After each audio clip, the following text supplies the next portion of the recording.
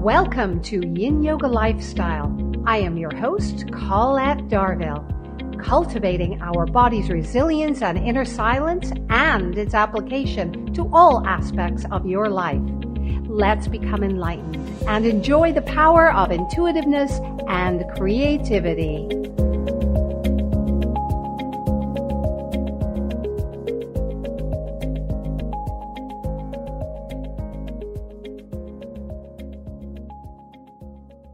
You are listening to Society Bites Radio, social interaction for the mind and soul. Hello, and thank you for joining us today. I am your host, Colette Darville, and this is Yin Yoga Lifestyle. So now let us take a deep meditative breath. Inhale, so. Exhale, hum. Ross Gay is the author of 3 books of poetry, Against Which, Bringing the Shovel Down, and a catalog of unabashed gratitude, winner of the 2015 National Book Critics Circle Award and the 2016 Kingsley Tufts Poetry Award. His collection of essays, The Book of Delights, was released by Algonquin Books in 2019. In The Book of Delights, Ross Gay is one of today's most original literary voices. He offers up a genre-defying volume of lyric essays written over a tumultuous year. The first nonfiction book from award-winning poet Ross Gay is a record of small joys we often overlook in our busy lives. And among Ross's funny, poetic, philosophical delights, a friend's unabashed use of air quotes, cradling a tomato seedling aboard an airplane, the silent nod of acknowledgement between the only 2 black people in the room. But Ross never dismisses the complexities, even the terrors of living in America as a black man, or the ecological and psychic violence of our consumer culture, or the loss of those he loves. More than any other subject, though, Ross Gay celebrates the beauty of the natural world, his garden, the flowers peeking out of the sidewalk, the hypnotic movements of a praying mantis. The Book of Delights is about our shared bonds and the rewards that come from a life closely observed. These remarkable pieces serve as a powerful and necessary reminder that we can and should stake out a space in our lives for delight. Ross has received fellowships from Kawe Canham, the Bread Loaf Writers Conference, and the Guggenheim Foundation. Ross currently teaches at Indiana University. Welcome to Yin Yoga Lifestyle, Ross. Thank you very much. It's good to be with you. And I know that you, pardon me, you are in Indiana right now, are you not? That's right. You are in Indiana. I'd like to know, what is the genesis of who you are and what inspired you to write the Book of Delights? Well, I mean, the genesis of who I am, I think that could go on forever. And I don't think I could get to the bottom of that. I don't think I could get to the bottom of that. But I can tell you that the Book of Delight that started, I was really just on my way to, I was having a lovely day. I was having a delightful kind of moment.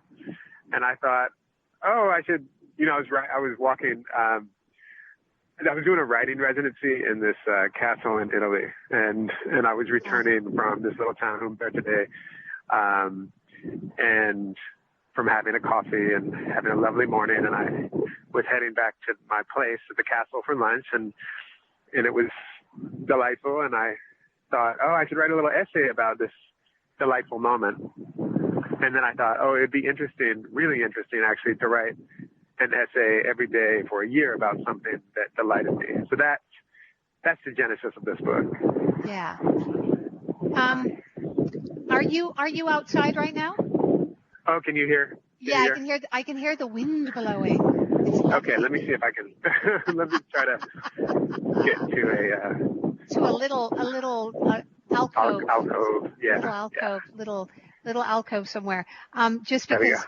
Oh, there we go. We can hear you now. Good. Wonderful. Okay, great. Yes. Great. So you say the Book of Delights was it was a daily ritual for a year. Is that correct? That's right. Yeah. Yeah.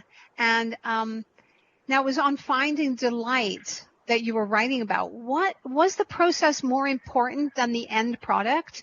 And were there surprises along the way that you didn't know about yourself? Oh yeah, that's such a good question. Was the process more important than the end product? That's a great question. I'm not sure, because I had a very strong sense that the process was going to be useful and illuminating and fun and all of that. I also had a strong sense that there would be a book out of it. It felt very clear to me that this made sense as a sort of, both as a kind of, internal project, but also as a literary sort of inquiry. Yeah. And the only reason I'm asking you the question is because, when I paint, the process is much more sometimes gratifying than the actual end product. And I was trying to make that connection with your writing to see if, as a writer, that same sort of feeling was there, like the sense of accomplishment, and all the sort of winding roads that you take, right, when you're creative. Oh yeah. And it was like profoundly pleasurable to be writing these essays, partly because I like writing, and it was like this experience of I had these little formal sort of requirements too for the writing. Like I made it so, the deal with the book was that I would write them every day. I'd write an essay every day. I would write them all by hand, and I would write them in 30 minutes and, draft them in 30 minutes. Yeah. And there's something really sort of wonderful and illuminating in a way when you put a kind of formal constraint on your artistic process like that. And so in writing these things, I'd be like, okay, and nasturtium is delightful to me, and how is it that nasturtium is delightful to me? So I only have 30 minutes to get to the bottom of this thing. And when you sort of are thinking in that way, which is not necessarily the way I normally think in my writing, I'm a very slow writer, actually, I think. It became this new kind of discovery. For me, writing is always about discovery. If I'm not discovering, I'm kind of like not quite doing it.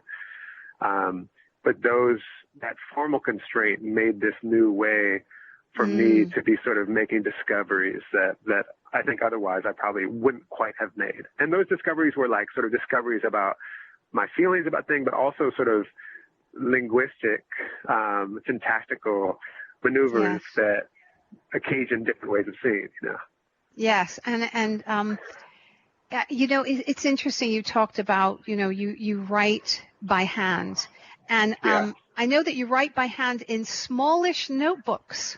Right? That's right. And you explain how it has been surprising and a delight, because sometimes we forget that mind-hand connection, right? Because when we're in front of the computer, we're one step removed from that. Is that? I don't know. I'm feeling that's connected. Oh yeah. Right? Yeah, absolutely. I feel like and I'm sure I'm almost certain there are like studies that, verify the fact that we learn better or we retain better or whatever better means differently when we use our hand, when we write with our hands. And to me, writing by hand was so clearly a way for me to sort of, many things were happening, but one of the things is that I was sort of wanting to sort of reaffirm and remember that when you're writing like that, you're thinking with your body, and we think with our bodies, and so that was one of the discoveries that I loved. Another one of the discoveries was, we, in writing, on computers and stuff where we're able to sort of delete so much of our thinking, and lose track of that archive of the way that we arrived where we did. It feels like that's a kind of loss. And writing by hand in smallest notebooks or biggest notebooks, is it seems to me a way where all of that sort of the archaeology of the thinking and the remnants, like, I'm always circling things or making little boxes around things and arrows and all. It's kind of a map or an artifact of your thinking. And right. When I see it from other people, I love it. And when I see it for myself, I love it too. I'm like, oh, I had to think that thing in order to come around to thinking this thing. You know?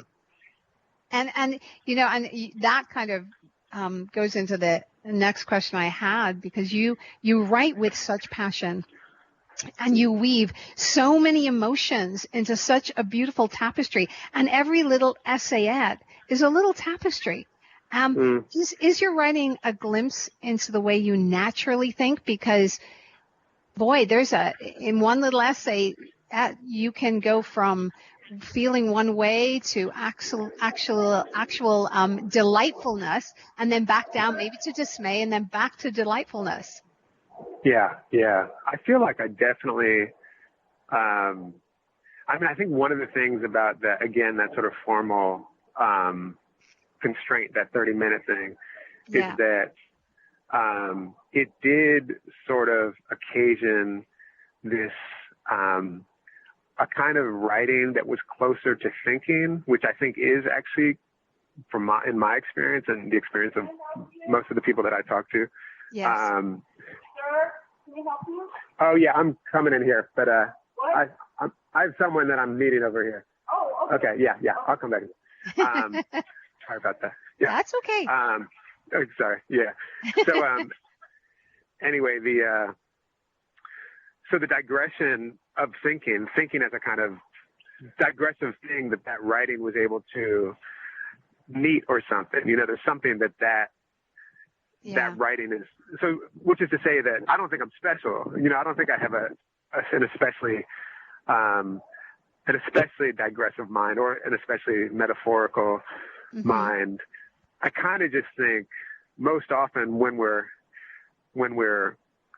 kind of thinking, we're actually in many places at once, Yes, we are, aren't we? Yeah, I totally understand that. Now, I want to be, are you in that coffee shop? I want to be there.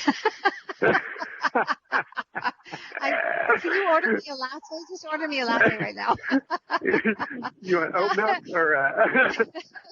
Yes, really. Some Madagascar cinnamon, please, on the top. Got it. I wanted to ask you about meditation. Well, meditation and yoga is all about trying to stay in the moment of mindfulness and awareness. Does writing about joy, gratitude, and things that delight you, does that help you stay more in the moment of being joyful? We have because we're always taking little respites from our busy lives. Is being in that place of delight like a respite for you? Well, I think it's like, one of the things is like, it's a practice, and writing that book was a practice, which also was a kind of labor. And the labor was, I had an objective, and the objective was to be able to identify and articulate and inquire about what it was that delighted me. Right. And so in terms of a kind of a practice, mindfulness practice or something, it was clearly about practicing attending to something in my life, which is all to say, like, I think there are things that are muscles, and something like attending to one's delight, I think is in fact a muscle, and I think it's a really vital muscle. Yeah, absolutely.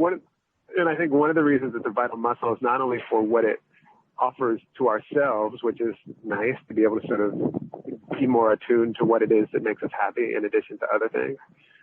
In addition to our sorrows, I think it's utterly necessary that we're able to sort of connect to our sorrows.